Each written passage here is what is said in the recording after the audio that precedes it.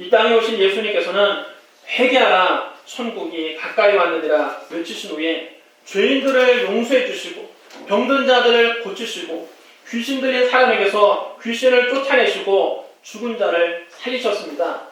예수님은 사람들에게 희망을 주셨습니다. 그래서 절망에 처한 수많은 사람들이 예수님께로 모여들었습니다. 하나님 나라의 진리를 선포하시고 초자연적인 권능을 행하시는 예수님의 인기는 그 당시 이스라엘 전체를 흔들었습니다. 당시 예수님의 제자들은 예수님께 선택을 받았다는 그런 자긍심과 앞으로 예수님의 시대가 오면 나도 한 자리 차지하겠다는 그런 희망에 부풀어 올라 있었습니다. 그들이 이제 곧 이스라엘이 로마로부터 독립할 것이고 성경의 예언대로 메시아 왕국이 건설될 것이라고 한결같이 믿고 있었습니다.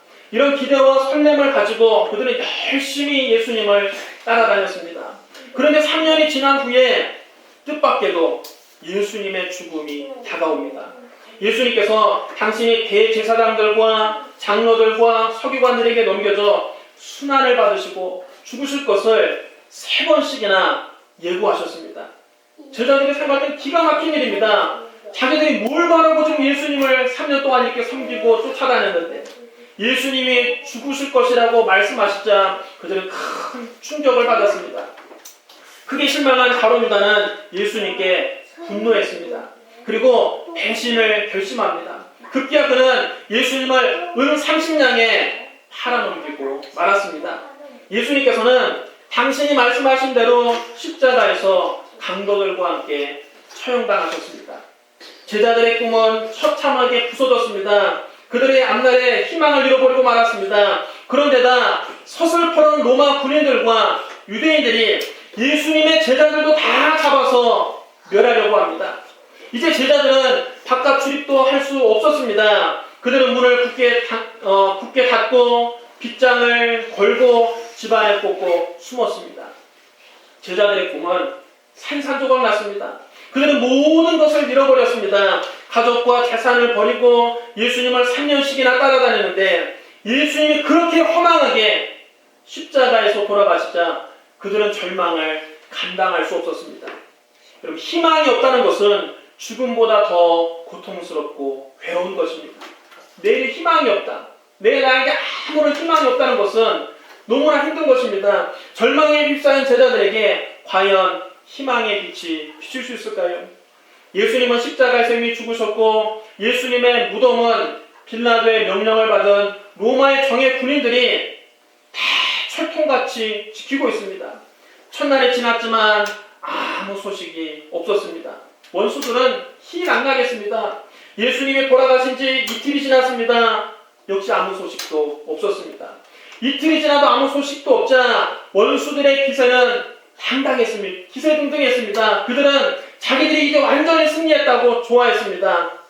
제자들은 이제 자포자기했습니다. 예수 그리스도의 이름은 곧 이 땅에서 잊혀질 것이고 사라질 것이라고 생각했습니다. 그런데 사흘째 아침이 되었습니다. 여자들은 큰 슬픔에 잠겼습니다. 이제 예수님의 시신에 향품이나 발라드려야 되겠다고 생각을 했습니다. 이른 아침 막달라 마리아와 야고보의 어머니 마리아와 살로메가 예수님의 무덤을 향해서 올라가기 시작했습니다. 산언덕을 올라가면서 그들은 서로 말했습니다. 무덤 문을 막고 있는 그 거대한 돌을 누가 굴려줄까? 우리 여자들 힘으로는 그 돌을 치울 수가 없을 텐데 누가 우리를 위해서 그 돌을 굴려줄 것인가? 그게 문제가 아니다. 그 무서운 로마 군인들이 과연 예수님의 시신에 향품을 바르도록 허락해 주겠느냐? 그러면서 이런 고민을 나누면서 올라가고 있었습니다. 그런데 갑자기 큰 지진이 일어나서 땅이 흔들리기 시작합니다. 그들은 놀라서 발걸음을 멈췄습니다. 갑자기 하늘에서 한 줄기의 선광이 일어났습니다. 그들이 급히 산을 올라가 예수님 무덤가로 가고 왔습니다. 놀랍게도 무덤 문을 막고 있던 그 거대한 돌은 이미 옆으로 옮겨져 있었습니다. 여인들이 무덤에 들어가 보니 흰 옷을 입은 한 청년이 오른쪽에 앉아 있었습니다. 그 청년은 사람 같지가 않고 하늘에 보기에도 천사 같았습니다. 무덤을 지키고 있던 로마 군인들은 얼굴이 창백해져서 마치 죽은 사람 같았습니다. 그들은 창검을 다 내던지고 이리저리 도망가기에 바빴습니다. 그 중에 몇 명은 너무 무서워서 오금이 저려서 발이 떨어지질 않아 도망도 못 가고 그저 사시나무 떨듯이 떨고만 있었습니다. 여인들이 그 모습을 보고 깜짝 놀랐습니다. 그들이 가까이 가서 무덤 안을 들여다보려고 했습니다. 그때 천사가 말합니다.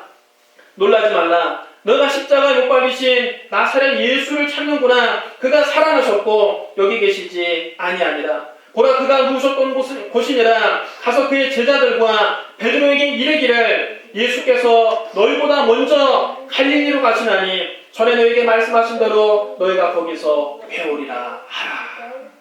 여자들이 그 말을 듣고 무덤 안을 들여다보니 정말 예수님의 무덤이 비어 있었습니다. 그는 너무 놀라고 너무 기뻐서 그글로 뛰어내려갔습니다. 제일 젊은 막달라 마리아가 있는 힘을 다해 뛰어서 베드로와 요한이 있는 집으로 갔습니다. 다른 여자들도 다른 제자들이 있는 곳으로 이 소식을 알리기 위해서 급히 뛰어갔습니다.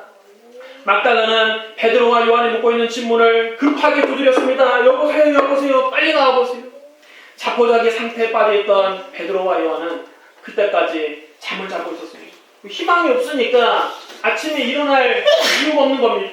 그들은 늦게까지 잠을 자다가 눈을 비비면서 문을 열어주었습니다. 마리아는 예수님이 부활하셨다는 소식을 전해주었습니다. 그 소식을 듣자마자 베드로와 요한이 너무 기뻐서 그 길로 예수님 무덤을 향해서 달려갑니다. 요한이 베드로보다 젊기 때문에 앞서 뛰어가서 무덤 앞에 먼저 도착했지만 무덤에 와보니까 막상 겁이 나서 들어가지도 못하고 그냥 쭈뼛쭈뼛 그 앞에 서 있습니다. 그러나 베드로는 뒤늦게 왔지만 곧장 무덤 속으로 들어갔습니다. 들어가 보니 예수님 누우셨던 자리에 시신은 온데간데없고 세마포만 머리맡에 잘 포개어져 있었습니다. 베드로 요한은 생각할 때 누군가 예수님의 시신을 훔쳐갔다면 세마포를 벗겨서 이렇게 곱게 잘 포개어서 놔두고 갈 리는 없다고 생각을 했습니다. 그러나 예수님의 시신이 보이질 않으니 참 이상한 일이다. 어떻게 이런 일이 일어날 수 있을까? 그들은 의아해하면서 집으로 돌아갔습니다. 하지만 막달라 마리아는 그 빈 무덤 곁에 혼자 앉아서 울고 있었습니다. 그때 뒤에서 한 사람의 그림자가 호련히 막달라 마리아에게 비칩니다.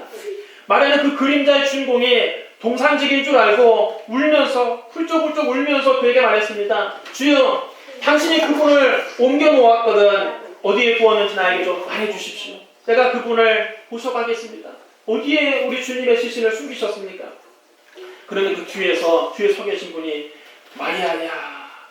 마리아 이름을 불러주는데 그 음성이 자기가 익히 듣던 예수님의 음성이었습니다. 너무 반가워 뒤로 돌아보며 나옵니 선생님 하면서 예수님을 붙잡으려고 하자 예수님이 뒷걸음질을 치시며 말씀하십니다. 나를 붙들지 말라. 내가 아직 아버지께로 올라가지 아니하노라. 너는 내 형제들에게 가서 이르되 내가 내 아버지 곧 너희 아버지 내 하나님 곧 너희 하나님께로 올라간다 하라.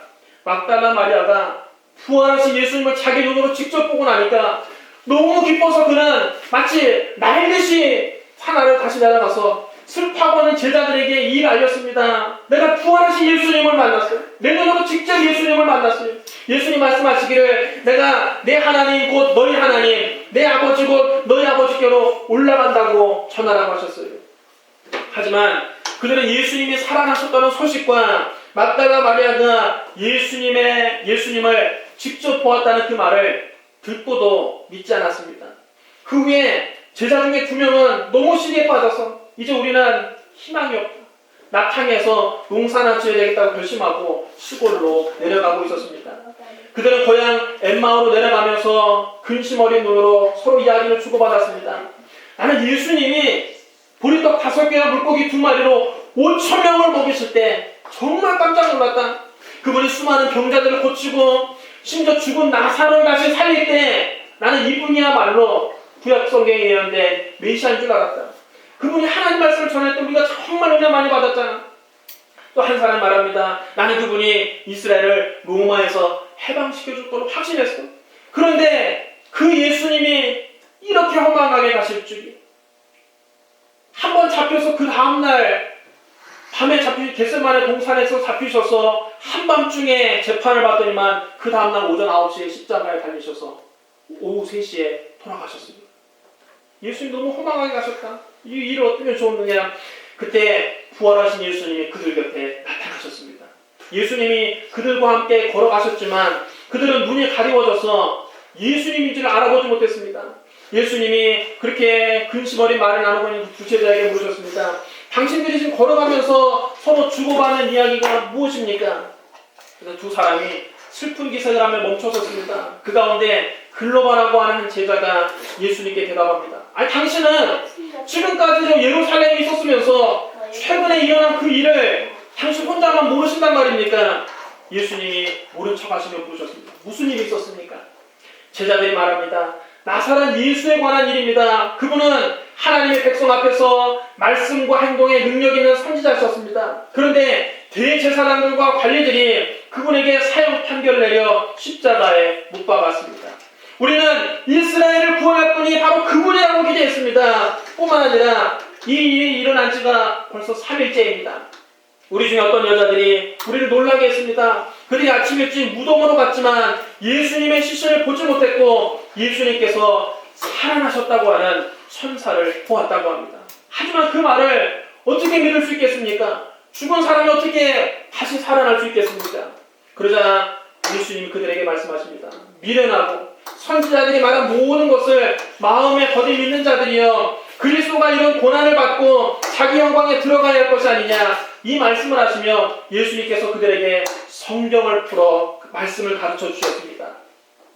모세율법부터 시작해서 선지자들의 예언까지 모든 성경에 당신에 관하여 기록된 것을 자세히 설명하시는데 그 해석을 듣고 그들의 마음이 뜨거워졌습니다. 날이 저물자 엠마오로 향하던 두 제자는 여관에 묵으려고 했고 예수님은 가던 길을 더 가시려고 했습니다. 두 제자는 예수님 말씀을 더 듣고 싶어서 여관에 함께 묵을 것을 강하게 권했습니다. 그들이 함께 저녁 식사를 할 때 예수님께서 떡을 가져서 축사하시고 떼어주시는데 바로 그때 그들의 눈이 밝아져서 보니까 자기들 앞에 계신 분이 예수님이셨습니다. 그런데 그들이 예수님을 알아보자마자 예수님은 사라지셨습니다.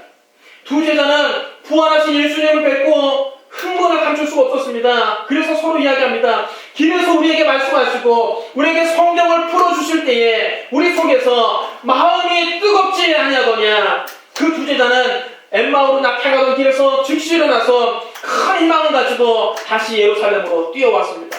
예루살렘에 도착해 보니 다른 제자들도 예수님의 부활 소식을 듣고 흥분에 들떠 있었습니다. 제자들이 다 모여서 예수님의 부활에 대해서 이야기하고 있는데 예수님이 그 집에 나타나셨습니다. 그들이 문을 다 걸어 잠그고 숨어 있었는데 예수님이 그들 계신 방으로 들어오셨습니다. 너희에게 평강이 있을지어다.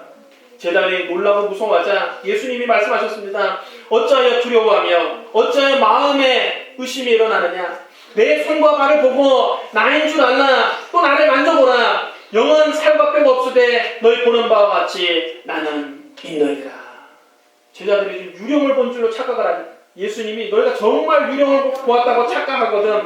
그렇게 의심이 들거든. 내 손과 발을 만져봐라. 여기 나의 못자국 난 손과 발을 보고 나인 줄 알고 나 한번 만져보고 내 육신이 부활한 것을 믿으라는 것입니다. 그들이 너무 기뻐서 오히려 믿지 못하고 기이하게 여기자 예수님이 그 제자들에게 물으셨습니다. 여기 무슨 먹을 것이 있느냐.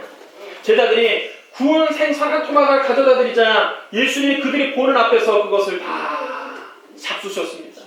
여러분 이거 볼 때 우리 예수님이 부활하신 것은 여러분 영혼이 부활하신 것이 육신이 직접 부활하신 것입니다. 영혼 살과 뼈가 없으되 부활하신 예수님에게는 살과 뼈가 있으셨습니다. 부활하신 예수님은 생선을 잡수시며 식사까지 하셨습니다. 근데 그 자리에 도마라고 하는 제자만 빠져 있었습니다. 어딜 갔는지 잠깐 외출을 했는지 도마가 없었는데 뒤늦게 돌아온 도마에게 그 자리에 있던 제자들이 흥분해서 말했습니다. 우리가 다 부활하신 주님을 만났다. 우리가 다 부활하신 주님을 보았다. 그러자 도마가 팔짱을 끼더니만 고개를 절레절레 흔들면서 한심하게 쳐다봅니다. 제자를 한심하게 쳐다봅니다. 너희들 다 미쳤구나. 나는 여자들만 미친 줄 알았다. 여자들이 그렇게 간이 약해서 그렇게 헛것을 보한 줄 알았는데 너희들 다 미쳤구나. 나는 그의 손에 못자국을 보며 내 손가락을 그 못자국에 넣어보고 내 손을 그의 참자국이 난 옆구리에 넣어보지 않고는 믿지 않겠노라. 여드레 후에 또 제자들이 다 함께 모여 있는데 도마도 그 자리에 함께 있었습니다. 그때 제자들이 모이는 그 방에 또 예수님이 나타나셨습니다. 너희에게 평강이 있을지어다.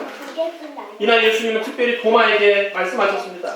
네 손가락을 이리로 내밀어 내 손을 보고 네 손을 내밀어 내 옆구리에 넣어보라. 그리하여 믿음이 없는 자가 되지 말고 믿는 자가 되라. 도마는 민망해서 어쩔 바를 몰랐습니다. 도마가 그 자리에 넙죽 엎드려서 고백합니다. 나의 주님이시여 나의 하나님이십니다. 그러자 예수님이 웃으면서 말씀하십니다. 너는 나를 본고로 믿느냐? 보지 못하고 믿는 자들은 복되도다. 할렐루야. 그 후에 베드로와 여섯 제자들은 부활하신 예수님을 만나기 위해서 갈릴리로 갔습니다. 예수님이 내가 너희보다 먼저 갈릴리로 갈 것이라고 말씀하셨기 때문에 갈릴리에서 예수님 만나기 위해서 갔는데 아무리 기다려도 예수님이 오시지 않습니다. 시간이나 우리가 떼어야 되겠다. 그들이 할 줄 아는 게 뭡니까? 다 고기잡이 어부들 아닙니까? 우리 고기나 잡으면서 예수님 기다리자고 배를 타고서 고기를 잡으러 나아갔습니다. 근데 그들의 마음과는 달리 한 마리의 고기도 잡히지 않는 것입니다. 우리 실력이 줄었나? 3년 동안 고기잡이를 안 했더니 녹슬었나 보다. 열심히 그물을 던지고 있는데 잡히지가 않습니다. 날이 이미 다 새서 밝아지려고 하는데 저 해변가에 안개가 자욱한 곳에 한 사람이 나타났습니다. 그러면서 그들에게 묻습니다. 얘들아, 너희에게 고기가 있느냐?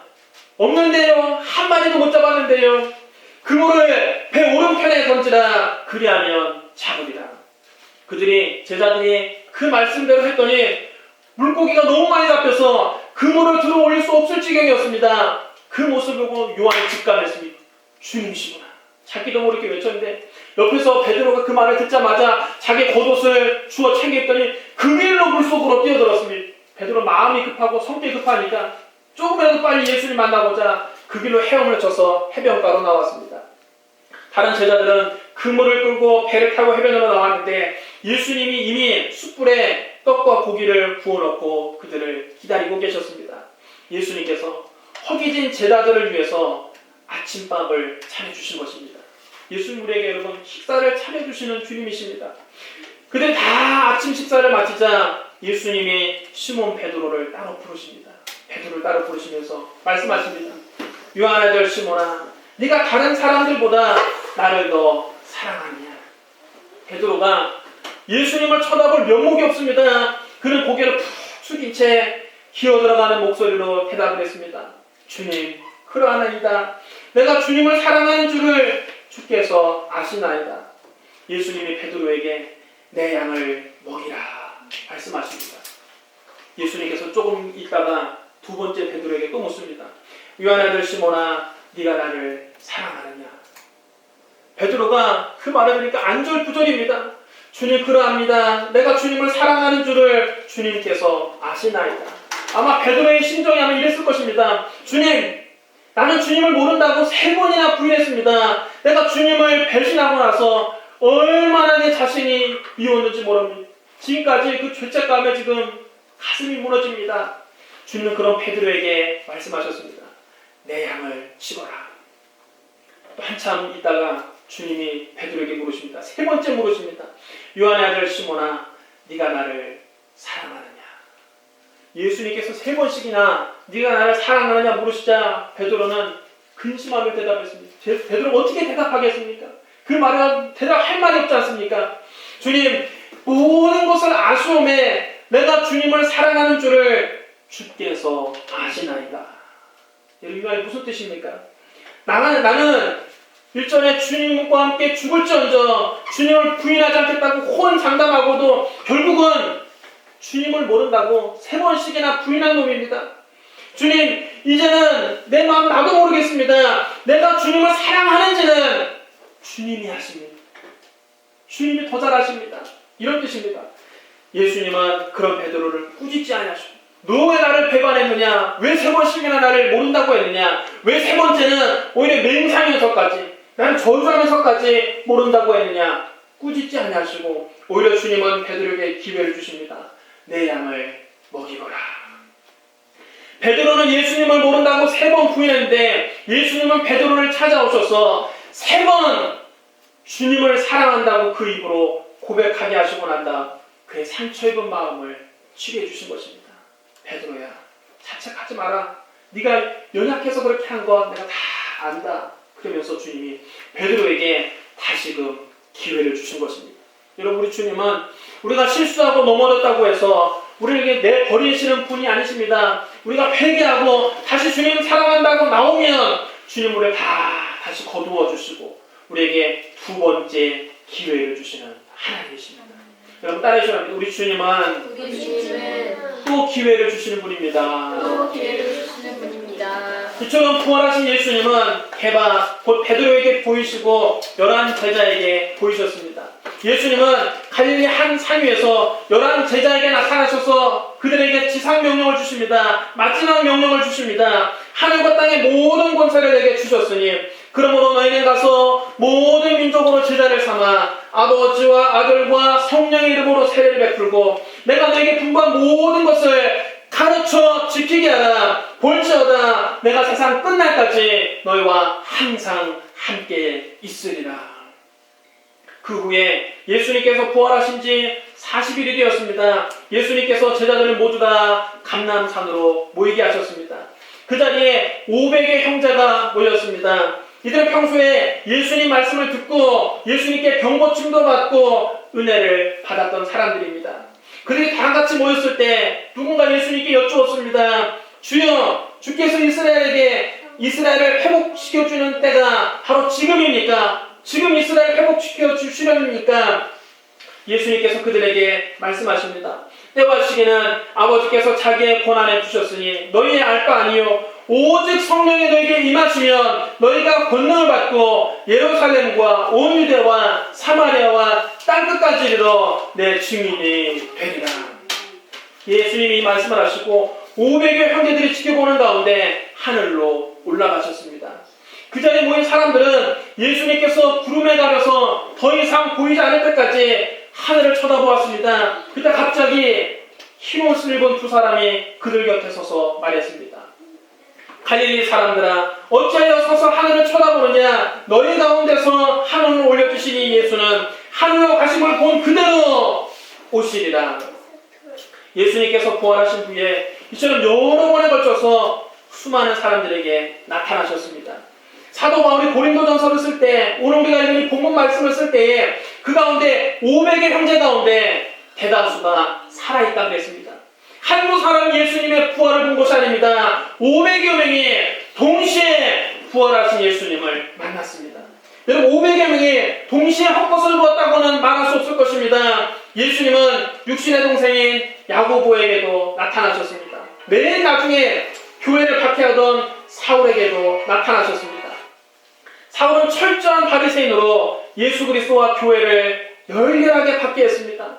스데반을 죽일 때는 증인으로 그 사형을 진두지휘하기도 했습니다. 그는 그것이 하나님께 대한 충성이라고 생각했습니다. 그는 예루살렘에 있는 그 그리스도인들을 박해하는 것만으로는 만족할 수 없었습니다. 사울은 여전히 주의 제자들을 유혹하면서 그들을 죽일 기사로 대제사장에게 나아가서 다메섹의 여러 회당에 가져갈 공문을 요청했습니다. 거기에서도 예수 그리스도를 따르는 사람을 만나면 남자든지 여자든지 가리지 않고 다 잡아다가 예루살렘으로 끌고 오기 위해서입니다. 사울이 길을 떠나 다메섹에 가까이 이르렀을 때 갑자기 하늘에서 햇빛보다 더 밝은 빛이 그를 비추었습니다. 사울은 그대로 땅에 쓰러졌습니다. 그때 그에게 이런 음성이 들립니다. 사울아, 사울아, 네가 어찌하여 나를 박해하느냐? 주여, 누구십니까? 나는 네가 박해하는 예수니라. 사울이 깜짝 놀랐습니다. 그리고 그때까지 예수 믿는 사람들은 다 거짓말쟁이인 줄 알았습니다. 예수쟁이들 거짓말로 예수님이 십자가에서 죽으셨다가 부활하셨다고 거짓말을 퍼뜨린 줄 알았습니다. 그런데 정말로 부활하신 예수님이 살아계신 겁니다. 부활하신 주님을 만난 사울은 그 자리에서 회개하고 예수 그리스도의 전도자 바울의 인생을 살게 되는 것입니다. 사울이 그래서 바울이 되었습니다. 그리스도를 핍박하고 교회를 핍박하는 자에서 예수 그리스도를 증거하고 예수를 위해서 목숨까지 버리는 그리스도의 제자가 된 것입니다. 바울은 훗날 이렇게 고백합니다. 나는 사도 중에 제일 작은 자라. 나는 하나님의 교회를 박해하였으므로 사도나 칭함받기를 감당하지 못할 자니라. 그러나 내가 나된 것은 하나님의 은혜로 된 것이니 내게 주신 그 은혜가 헛되지 아니하여 내가 모든 사도보다 더 많이 수고하였으나 내가 한 것이 아니요 오직 나와 함께 하신 하나님의 은혜로라. 이처럼 예수님이 부활하신 후에 많은 사람에게 여러 차례에 걸쳐 나타나셨습니다. 왜 예수님이 이렇게 하셨을까요? 예수님께서 많은 사람에게 여러 번 나타나신 것은 그리스도의 부활에 대해 추워도 의심하지 못하게 하려는 것입니다. 한두 사람이 본 것은 환영일 수 있습니다. 그러나 수많은 사람이 동시에 본 것은 부활의 분명한 증거가 됩니다. 부활하신 예수님을 여러 사람이 보았다 하더라도 단 한 번만 보았다면 그것은 집단 환상일 수 있습니다. 그러나 여러 차례 본 것은 의심할 수 없는 분명한 사실입니다. 부활은 역사적인 사실입니다. 의심할 수 없는 역사적 사실입니다. 우리 한번 따라해주셔야 합니다. 부활은 역사적인 사실입니다. 부활은 역사적인 사실입니다. 부활하신 예수님은 시간과 공간을 초월해서 나타나셨습니다. 제자들은 부활하신 예수님께서 어느 때 어느 장소에 나타나실지 알지 못했습니다. 부활하신 예수님처럼 동해 번쩍 서해 번쩍 나타나신 이유는 주님이 언제 어느 곳에서나 우리와 함께 하신다는 사실을 보여주기 위함입니다. 부활하신 주님은 우리가 자나 깨나 앉으나 서나 오나 가나 안에 있으나 밖에 있으나 어느 곳에서나 우리와 함께 하십니다. 볼지어다 내가 세상 끝날까지 너희와 항상 함께 있으리라. 조금 있으면 세상은 다시 나를 보지 못할 것이로되 너희는 나를 보리니 이는 내가 살아있고 너희도 살아있겠습니다. 그날에는 내가 아버지 안에 너희가 내 안에 내가 너희 안에 있는 것을 너희가 알리라. 예수님이 하신 말씀을 당신의 부활로 확증하신 것입니다. 부활하신 예수님은 시간을 초월해서 공간을 초월해서 언제든지 어디서든지 우리와 함께 계시면서 우리와 도와주십니다.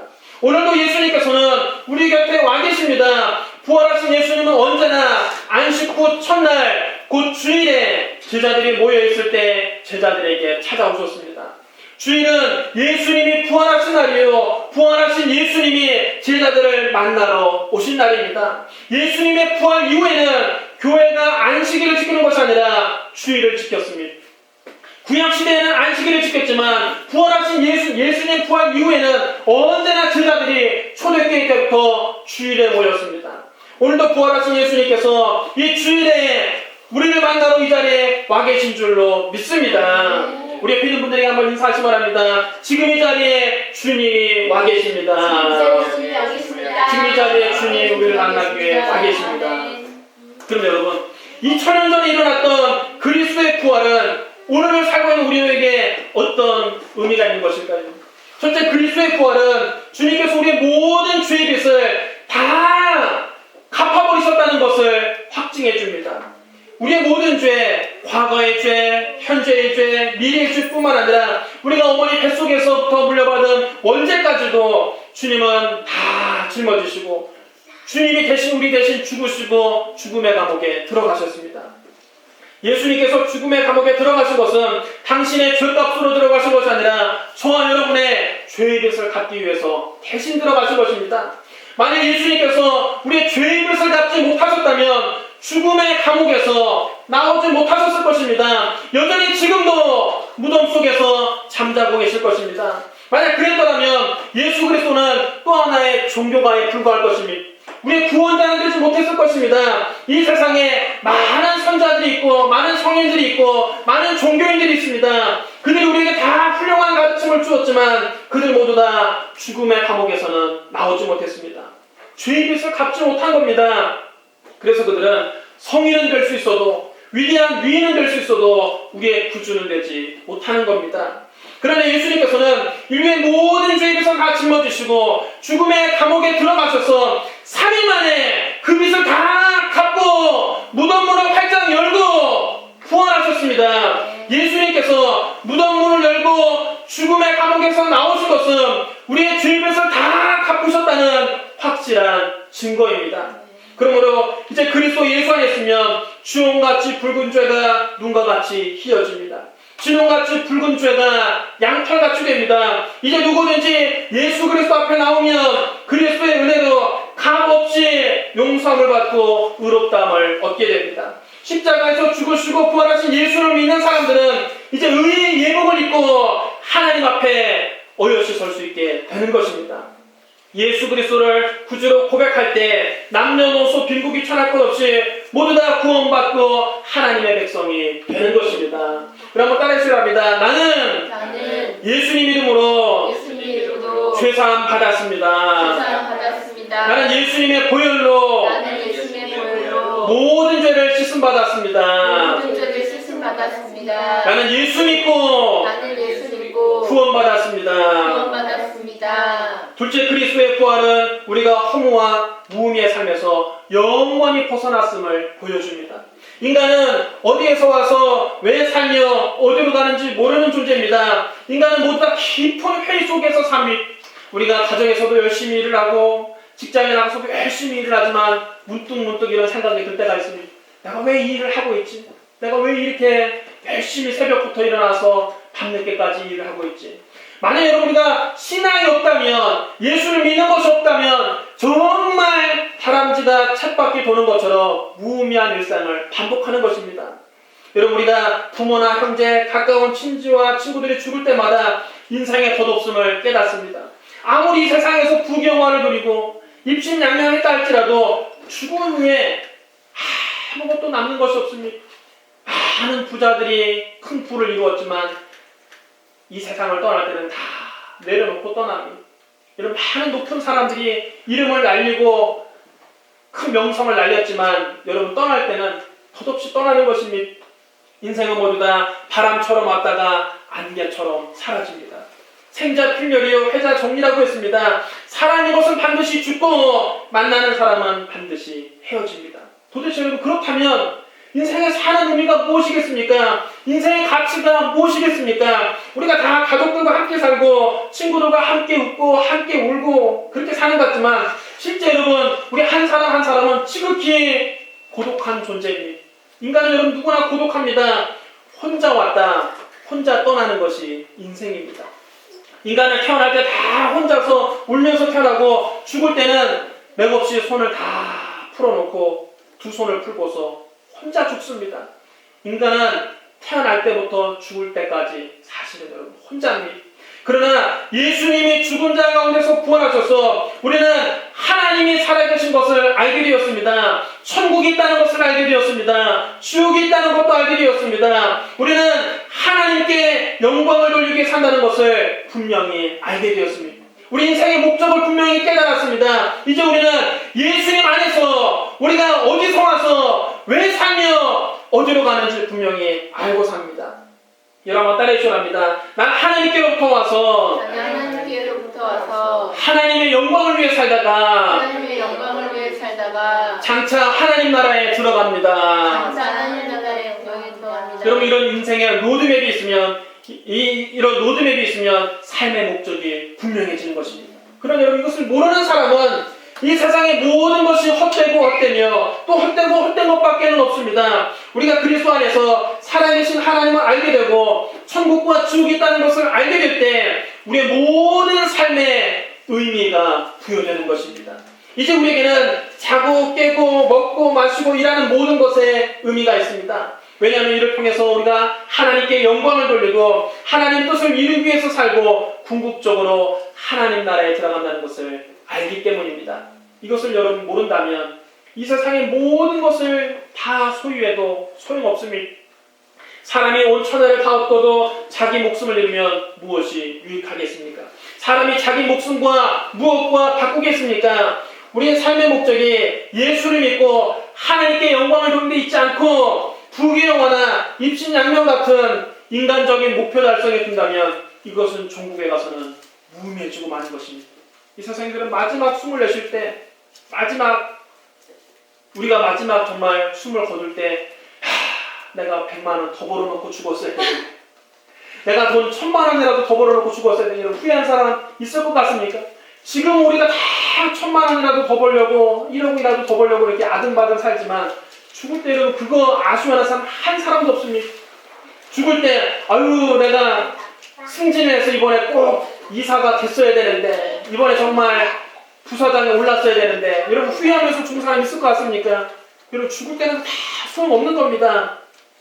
여러분 무언가 잡았다고 생각해서 손을 펴보면 아무것도 없습니다. 허무하기 짝이 없는 겁니다. 부활하신 예수 그리스도를 믿고 저 영원한 천국에 소망을 두는 사람은 복이 있습니다. 그런 사람은 인생이 허무하지 않습니다. 인생이 무의미하지 않습니다. 우리의 인생은 죽음으로 끝나는 것이 아니라 저 영원한 천성을 향해 나아가는 순례의 과정입니다. 부활 신앙만이 우리에게 이런 삶의 의미와 가치를 깨닫게 해 주는 것입니다. 여러분 예수 그리스도의 부활을 믿는 사람만이 인생이 허무하지 않습니다.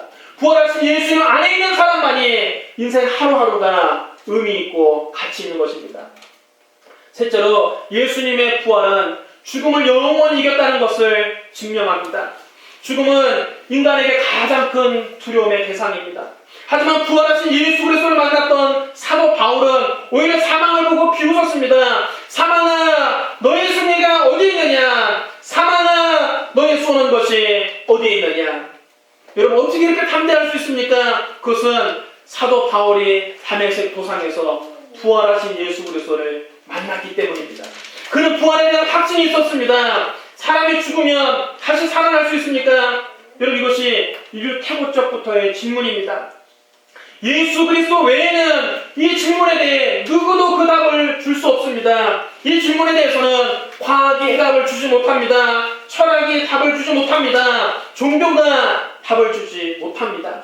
그러나 예수님은 이 세상에 육신의 몸을 입고 오셔서 사람을 대표해서 죽으셨다가 부활하심으로 우리에게 영원한 생명이 있다는 것을 몸소 증명하셨습니다. 예수님은 말씀하셨습니다. 예수께서 이르시되 나는 부활이요 생명이니 나를 믿는 자는 죽어도 살겠고 무릇 살아서 나를 믿는 자는 영원히 죽지 아니하리니 이것을 내가 믿느냐. 이제 우리는 죽어도 희망이 있습니다. 왜 그렇습니까? 장차 주님이 다시 오실 때 우리도 신령한 몸을 입고 주님과 함께 부활할 것이기 때문입니다. 또한 살아서 지구의 종말을 맞아도 희망이 있습니다. 왜? 그때 우리는 죽지 않고 주님이 예비하신 새하늘과 새 땅과 새 예루살렘에 들어가서 주님과 함께 영원히 살게 되기 때문입니다. 그럼요 여러분 그리스도의 부활은 우리에게 영원한 희망을 줍니다. 예수 그리스도의 부활만이 우리에게 여러분 영원한 희망입니다. 사랑하는 성도 여러분 이 세상 어떤 종교에도 부활은 없습니다. 많은 종교가 다 우리에게 유익한 가르침을 주지만 그 어떤 종교에도 부활은 없습니다. 그 이유는 모든 종교는 인간의 소원으로 만들어졌기 때문입니다. 오직 예수님만이 죽음을 이기고 부활하셨습니다. 예수님은 부활을 통해 우리의 모든 죄를 청산하셨습니다. 부활을 통해 우리에게 삶의 의미와 가치를 부여해 주셨습니다. 예수님 부활을 통해서 영생에 대한 소망을 주셨습니다. 예수 그리스도를 통해서 이제 절망은 사라졌습니다. 부활하신 예수님 안에는 희망밖에는 없습니다. 우리의 죄가 사라졌습니다. 허무와 무미도 사라졌습니다. 죽음도 사라졌습니다. 영생과 천국이 우리의 것입니다. 이제 우리 날마다 희망 가운데서 하나님을 섬기며 사는 겁니다. 그리스도의 부활을 통해서 주시는 이 놀라운 희망이 여러분의 삶 속에 매일매일 넘치게 되시기를 주님의 이름으로 축원합니다. 우리 기도하겠습니다. 사랑의 하나님 아버지, 하나님의 아들 예수님이 인간의 몸을 입고 이 세상에 오셔서 우리의 모든 죄를 대신 짊어지시고 십자가에서 죽으셨다가 사흘 만에 부활하심으로 우리의 모든 죄를 사해 주신 것을 감사합니다. 허무하기 짝이 없는 우리 인생에 의미와 소망을 부여 주시니 감사합니다. 예수님이 죽음을 이기시고 우리에게 부활과 영생을 선물로 주신 것을 감사합니다. 예수님의 부활을 주신 놀라운 은혜와 선물이 우리 영혼에 깊이 간직하게 하여 주시고 주님 주시는 부활의 기쁨과 소망이 우리 가운데 넘치도록 임하게 하여 주시옵소서. 예수님 이름으로 감사하며 기도드리옵나이다. 아멘.